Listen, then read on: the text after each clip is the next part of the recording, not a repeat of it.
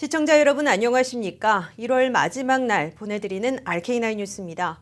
연방 상하원이 평창 동계올림픽을 지지하는 결의안을 초당적으로 발의했습니다.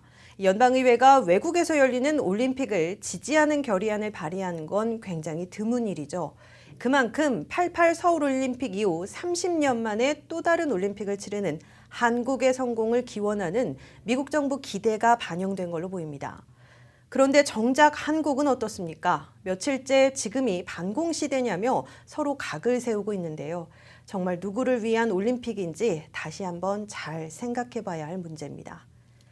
오늘 뉴스는 어제 열린 트럼프 대통령 첫 연두교서 관련 소식으로 시작합니다. 취임 후 첫 국정연설에 나선 트럼프 대통령은 북한의 핵무기가 곧 미국 본토를 위협할 거라며 최대 압박을 펼치겠다는 기존 정책을 재확인했습니다. 눈이 번쩍 뜰 만한 발언이 나올 거라는 일부 언론 보도와는 달리 말폭탄식의 언급은 없었습니다. 워싱턴에서 한면택 특파원이 보도합니다. 도널드 트럼프 대통령은 1시간 20분 동안의 첫 연두교서에서 북한 문제를 피날레로 배치하고 북한 핵미사일 위협에 대한 단호한 대처 방안을 밝혔습니다. 첫째, 트럼프 대통령은 최고의 대북 압박 캠페인이 작동하고 있다고 확신하고 앞으로도 이에 주력할 것임을 분명히 했습니다.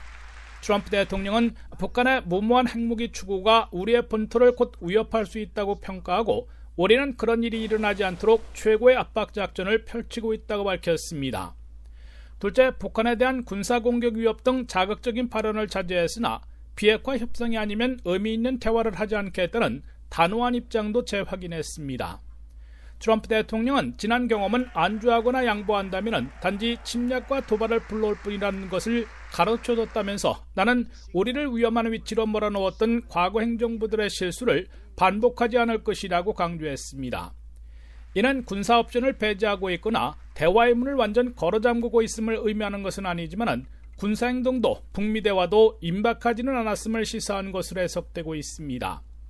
셋째, 트럼프 대통령은 북한에서 뇌사 상태로 석방된 후 숨진 미 대학생 오토 원비어군의 부모들과 탈북자 지송우 군을 초대해놓고 7분간이나 어느 정권보다 잔인하게 자국민들을 인권 탄압하고 외국인들까지 살해하는 김정은 정권을 성토했습니다.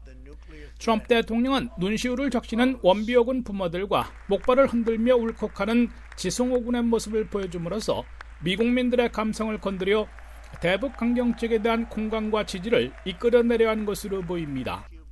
이에 따라 트럼프 대통령은 북한 김정은 정권이 평창올림픽 참가와 남북대화로 유화 제스처를 취했으나 비핵화 협상 테이블에 나오지 않는 한 어떠한 현상 유지나 양보도 하지 않고 최고의 압박 캠페인과 무력 시위를 지속할 것으로 예상되고 있습니다.